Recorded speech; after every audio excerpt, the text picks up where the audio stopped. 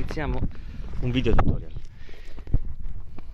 Per raccogliere fichi d'India conviene avere sempre dei bei guanti, questo tipo in cuoio va benissimo, una scopa. Io utilizzo questa utilizzo questa qua, il caminetto, e poi questo attrezzo, ok, artigianale, fatto con una canna spaccata a 3, levigata, e niente, un po' di sughero e mezzo per allargare. Bisogna mettersi contro vento, del tipo, se il vento tira da questa parte le spine cadranno da questa parte, anche perché ce ne sono veramente tante e queste tantissime spine fanno male. Comunque diciamo che il senso è questo.